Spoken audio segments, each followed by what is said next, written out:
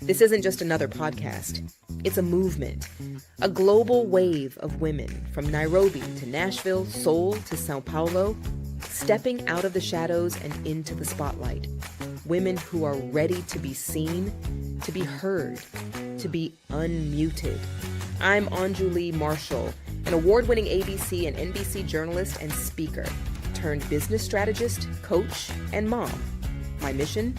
To amplify the voices of women who were never meant to stay silent. One woman, one voice, one story at a time. So go ahead, put on your comfy pants, grab a coffee, and maybe the remote. Are you ready to press the button? Unmuted starts right now. Hello and welcome back to Unmuted. I'm your host, Anjali Marshall.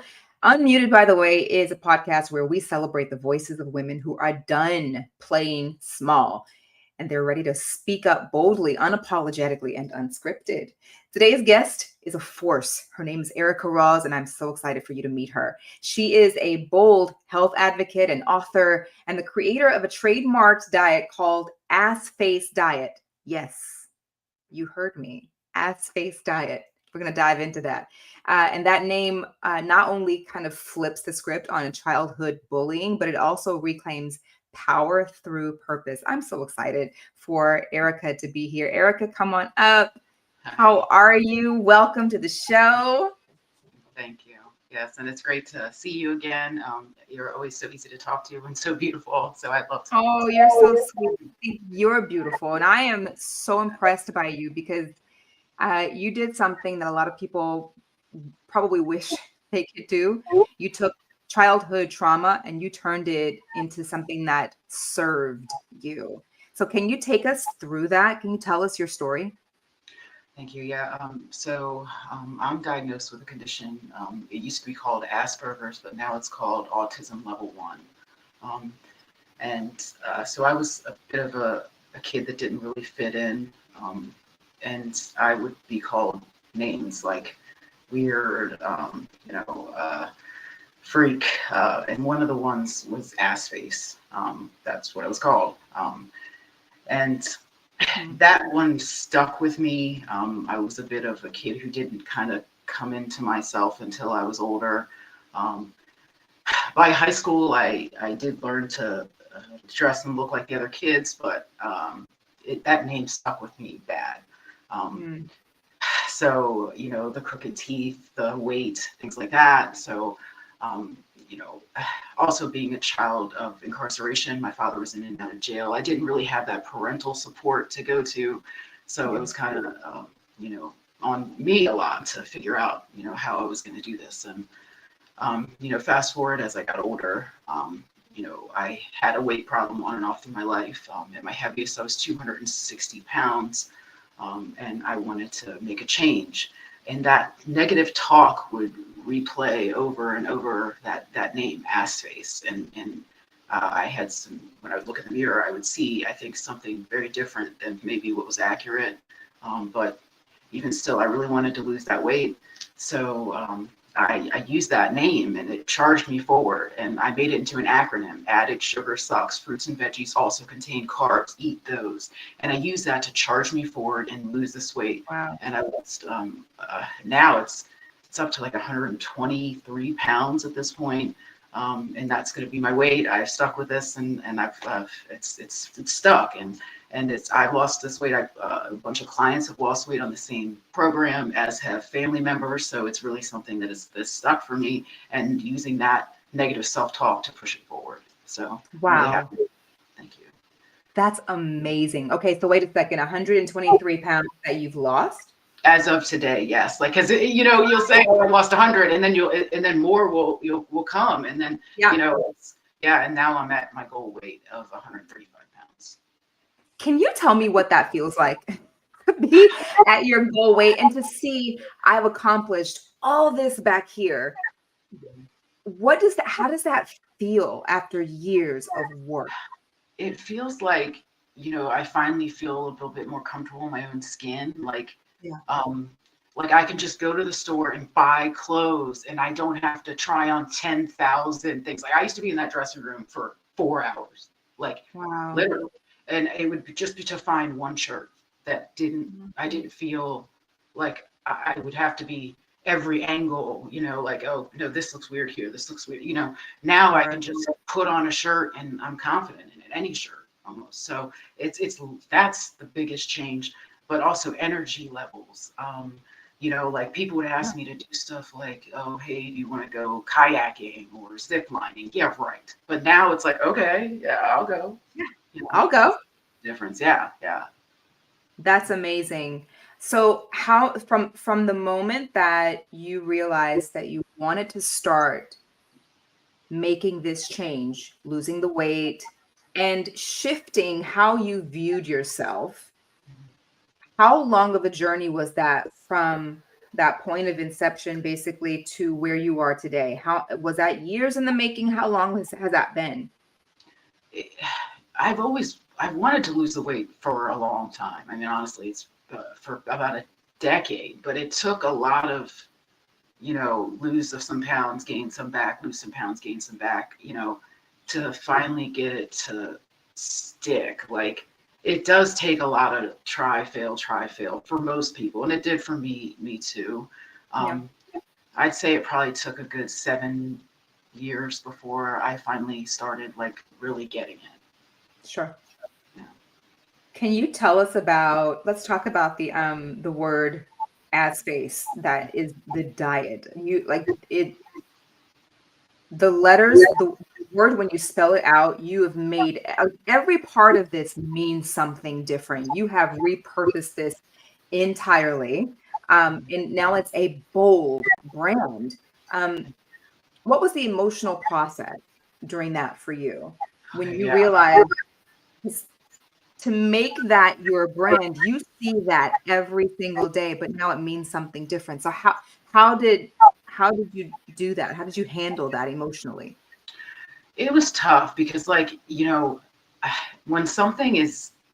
a word means something like that to you, like negative, it whether you want to admit it or not, it plays daily. Sometimes even like multiple times a day in a negative way. And I knew that the only way that this was gonna work in a positive way was to make that word mean something else for me. So and that was that was the process. So first I was like, okay, like let me turn this into an acronym. So that was the first part, but also let me also make this word ASSFACE mean like ass-facing my life in a positive way. So it's like, okay, I'm going to ass-face my life into this better thing. Like I really totally changed that definition of the word for myself and my clients. And that was an emotional process. Like it wasn't something that happened overnight. There would be times when I would like beat up on myself again and feel like when I would be doing not as well in the diet in the beginning and being like, oh God, you're just a dumbass face, you're just, and I would beat up on myself. But as I went forward and started seeing the success, it really did start redefining for me in the positive definition stuff. And I even have like a thing on my homepage now that's like, dear ass face, like in a positive way that talks about it in an enlightening way. So I'm really trying to change this definition, not just for myself, but for everyone. For everyone. Yeah. Because I'm sure negatively. Yes. Kids can be cruel. Right. Yes. And so when you are sort of the recipient of this really cruel behavior, you either can let that stick with you or you can do something about it and change that. And you did something about it. And that is amazing. That's absolutely amazing.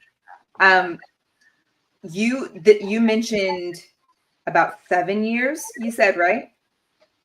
So 7 years, that means pandemic. Right? That you went through the pandemic, having known that you wanted to start this business, you wanted this brand to be strong. How was that for you during the pandemic? Because a lot of people were shut in. And so there was no going out to the gym or what did you do to structure this business in a way that it could survive? That's actually interesting you bring that up. During the pandemic was like a big turning point for me because that was when it hit its worst, and then that was when I started this actually. Because at the pandemic, my whole life kind of went. It was like it has to either make a change or everything's going to be bad. Like I started drinking heavily, so and I started getting into like depression and things like that. And so I went back to therapy, really started working on myself, and that was the time really when this started sticking. Was right around 2020, 2021.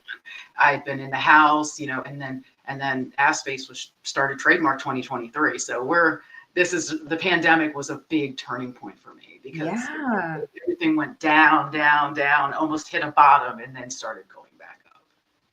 And I think I didn't mention this before, and I'm not sure I don't think that you did, but you lost this weight, no medication. Yes. No medication. Yeah. So I don't want to give. What'd you say, Erica? No GLP-1s or anything like that. Nothing at all. Yeah, that's even more impressive. So take me through. Don't give the answers away. Like I want people to still purchase your program and your book. So don't tell the how, but tell the what. What was the process that you sort of learned?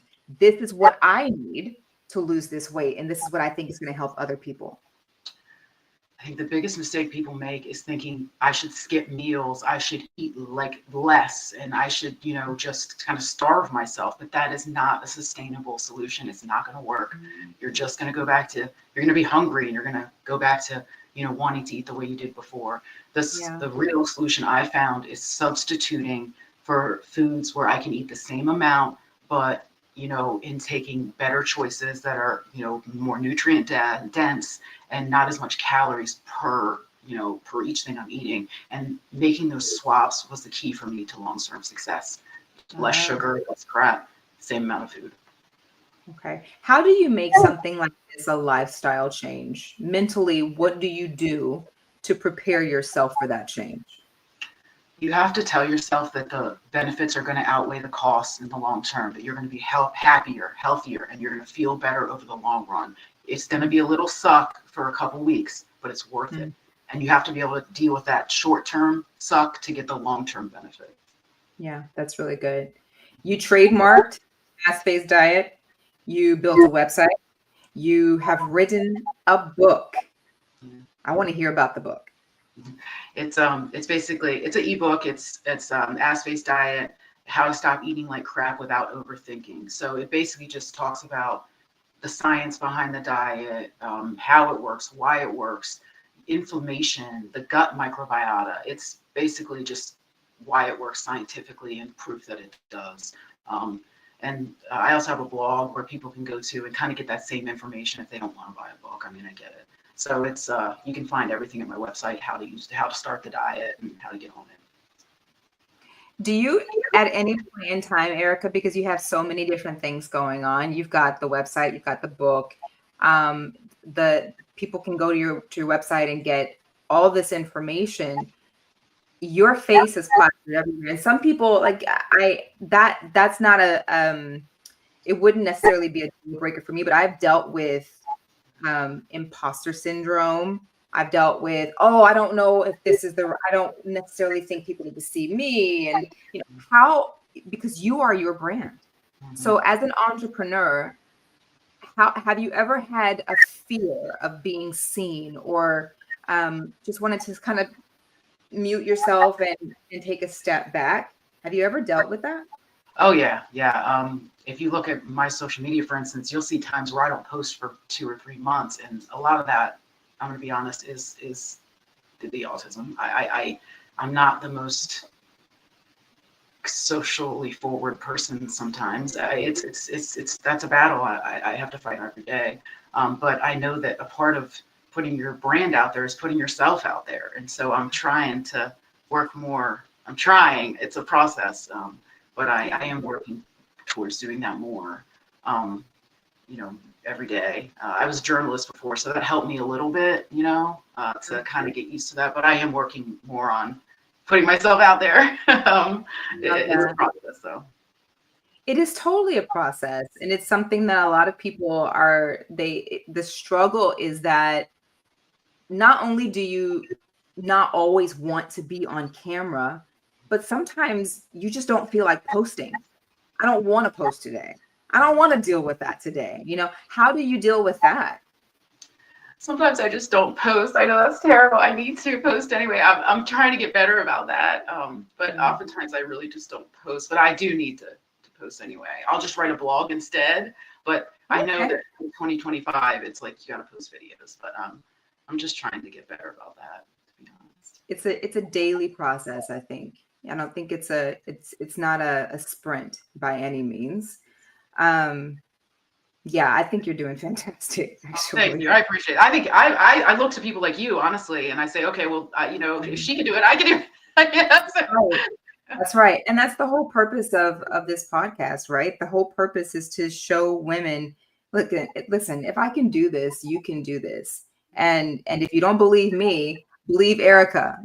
I'm bringing her on so she can talk about how she did this. And so the goal is that women would see not just me, but they would see you and say, oh, I'm totally inspired. Okay, I can do some of the things that Erika mentioned. I can do those things. So something that I would love is that one of the things that blesses me, it really helps me as someone who's constantly learning, is for somebody to give me one or two tangible things that I can do to solve my problem, to improve my life, or to make something better. And so one of the things that I love about what your message brings is it's not like this big ethereal sort of, hey, you could solve this problem no, it's here's a way to solve this. This is how I did it. Here's what I want you to do. So I want you to use your mic now to tell women at home, if the challenge is mindset, how do they handle that when it comes to weight? Okay, yeah, it's you're just gonna it's reframing. It's saying, okay, like the biggest issue with mindset is basically getting stuck in like a routine. So it's making slow changes surrounding. It's like okay, this is my routine. I'm going to change out this one thing, and I'm going to change out another thing. It's not changing it all at once. It's slowly making changes out so that you're not shocking your system. So that's the biggest thing I would say is progressive change instead of abrupt, so that you don't shock yourself. Okay. Mm-hmm. What is one thing that you would recommend that women change about their diet? Sugar. 100%. Cut out the sugar. It's giving the apron belly. It's causing it's also causing inflammation. It's making hormonal cycles more difficult. It's just making you feel like crap and all together and giving you all the things you don't want. If you can limit sugar or cut it out mostly, it's going to make your life a lot better. That's hard. It is. It's a big ask, but it's worth it. It's definitely a big ask, but I also know that sugar is it's so horrible for you. And it makes all the bad things worse. Yes. Right? Yes. So it's like it feeds the bad things like cancer or the gut issues or whatever it is. Those things feed on sugar. Sugar just like is an accelerant almost for those things. So then when it comes to like daily activity, would you say, because you said don't just go too hard, should we completely cut out sodas first and then work our way into steak and all the other different things that I'm sure have sugar in them? How would you recommend that? Yes, I would start with whatever your main sugary drink is. I would start cutting that out, maybe cutting out one a day. You cut out, if you drink 3 a day, go down to 2 and then 1 and then none, and then start cutting out, okay, your ice cream or something, cut it down to just once a week. It doesn't mean you can have none ever, but cut it to a moderate amount, and you can do it slowly. Actually, I'd recommend that. But, you know, but that is, if you can get that sugar down to a reasonable amount, I think it's the recommendation is like 4 teaspoons for women and 6 for men. I don't quote me on that because it could be, it's close to that though. But if you can get it down to that amount, then you're much better off in terms of health. Okay. How you feel. That's good. That's something I think that we can do, like tangible that we can do. So, man, Erika, I love that you're not just helping people lose weight. You are helping men lose the shame of the weight, the shame of the experience that the weight is brought on. What do you say to the woman at home who says, listen, I have dieted 15 times. I've done this so many times. I'm tired and I don't believe that it's going to work for me again. Why would this time be different? How do you encourage your clients? On that, in a situation like that, like I would say, if this person has genuinely tried everything, like, I mean, because there are people like that, I would say that perhaps consider looking into your thyroid. Could be an issue. It could be a metabolic situation. You know, maybe look into an underlying health condition, because that could actually be, you know, making it more difficult. And if all else fails, I mean, everything else fails, I would recommend potentially trying a GLP-1. Okay. So what does that conversation look like with the doctor? If I know that I haven't gone that route, what kind of questions should I be asking my doctor, or what kind of statements should I be making to my doctor? At that point, you would say basically something along the lines of, look, I've tried, you know, a whole foods diet. I've tried cutting out sugar. I've tried exercising, you know, 30 minutes a day, at least 3 to 4 times a week. And, you know, I've tried, you know, I've checked to make sure I don't have any sort of metabolic disorder or thyroid condition, and nothing else is attributing to my inability to lose this weight. So I would like to consider trying a GLP-1. And at that point, the doctor would likely, you know, like consider it, or at least, you know, send you to some sort of specialist that could try to, you know, to examine that for you. Okay, that's good to know. Let's talk about entrepreneurship again, because for you to start this business with just this in your, like, this is an experience that you've had, and I'm sure at some points in your life it was considered debilitating, right? Because this can stop a person in their tracks because they don't see themselves the way that I believe they were meant to see themselves. So you're in the early stages of your business, but your voice is really strong. Your mission is really strong.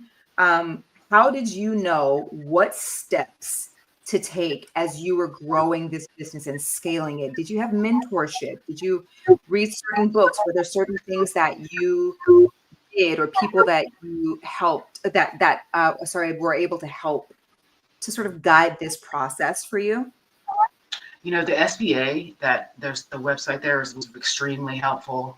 You know, just honestly, just a ton of research was, you know, it's just constant, just research.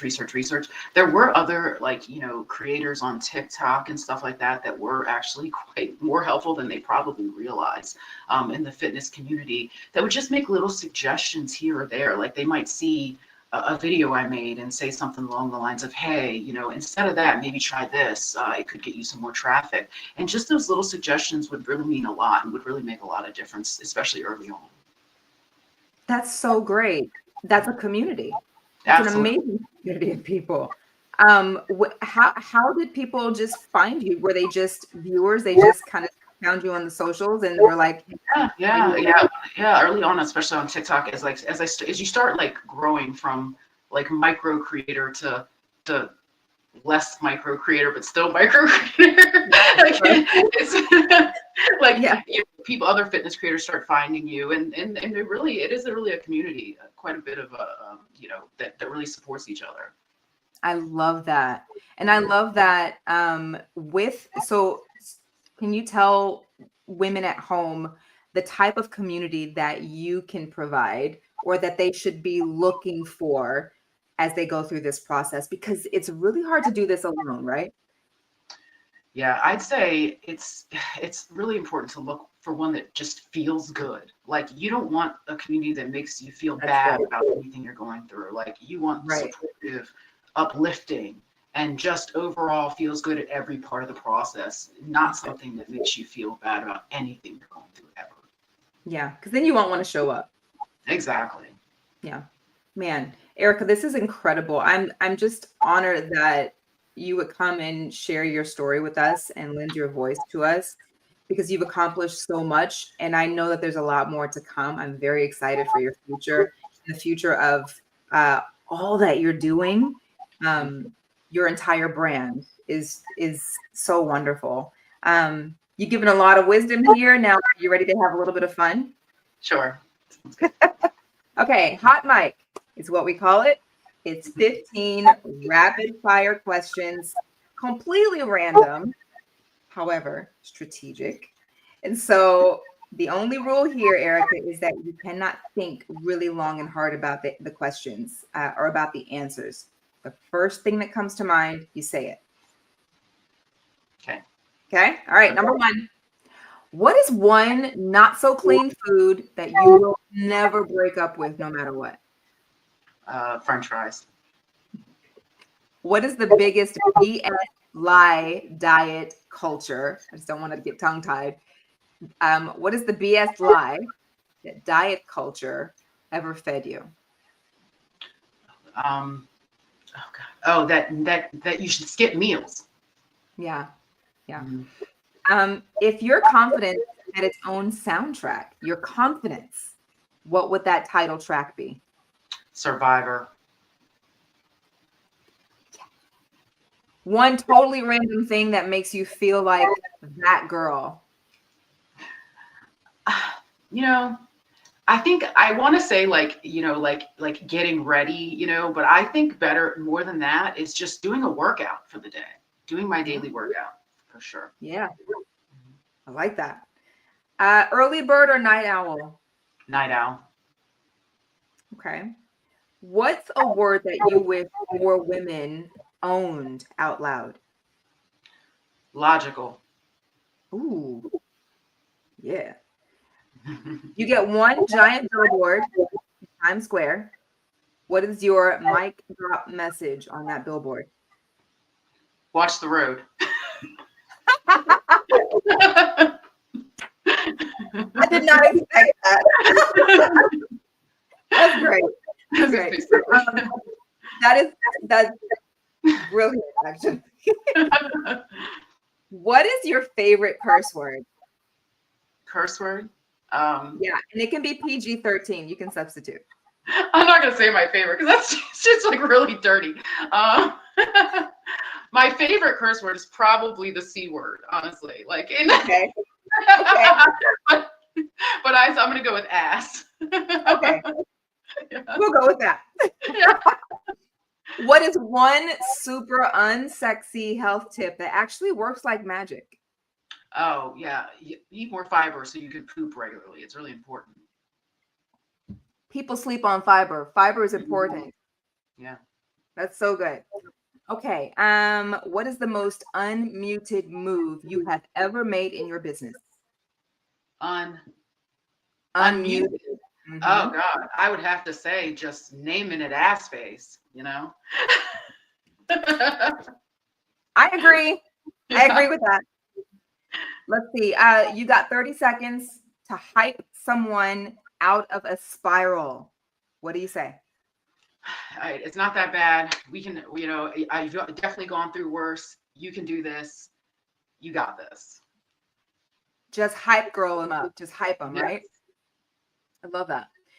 Childhood snack that still low-key calls your name in the grocery aisle. Oreo cookies. Really? Yeah. They have gluten-free ones now too.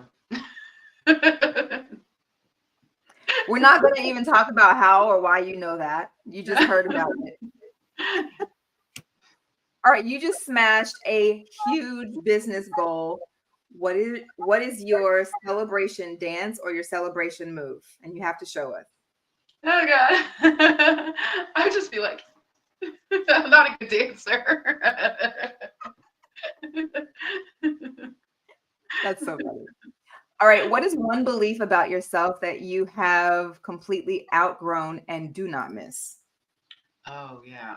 That I have to be perfect. That's when I was young, I thought I had to be everything so perfect, on point all the time, but no, Yeah. it doesn't have to be like that. None of that. None of that. Rename the ASSFACE diet using a Disney theme. Go. Um, Poopy donkey diet. And it's on Shrek. Well, that's not Disney, but I totally feel you. Yes. That's great. I love that. Poopy donkey diet. That's great. If your body could send you a text, what would the last message say? I'm hungry, feed me. All right, last question. What trend needs to go straight into the garbage and stay there? Oh gosh. That thing on, it's that lemon thing. That lemon, like if you drink lemon balm, it's like just as good as Ozempic, that thing. I've seen it on social media. Like, oh, drink this drink and it's as effective as a GLP-1 shot. That one. And you're like, no, you're just burning your No, esophagus. it's not medication. It's lemon juice. It's lemon. What are we doing? Yeah. Erika, thank you so much. I'm so honored that you have been on the show and that you came to share your story and show women that it really does make a difference when you unmute yourself and when you stop holding yourself back. And I am so honored that you're here, that you shared your story, and I absolutely love ASSFACE. I love ASSFACE. I love that you turned something really awful into something beautiful that serves you.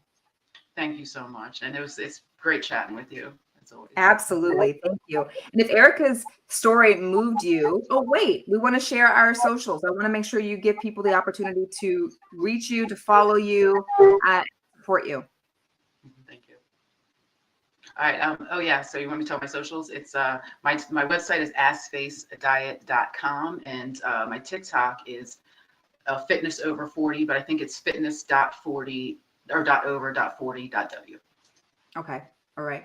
And so they can go on and they can buy the book. They can do all the things. See my blog, see it all at ASSFACEdiet.com. That's fantastic. If Erika's story moved you, share this episode, text it to a friend, post it on IG, tag us at the Unmuted Podcast, and you can tag Erika as well. And if you're curious about the ASSFACE diet, you can definitely visit her on the website, ASSFACEdiet.com. Go get her book. Go get it. And if you're listening and you've been sitting on a bold idea, just like Erika's idea, this is your sign. Unmute yourself, speak up, start messy, and stay unmuted. And we will see you on the next episode. Thanks again, Erika. Thanks so much. Bye, guys. See you next time.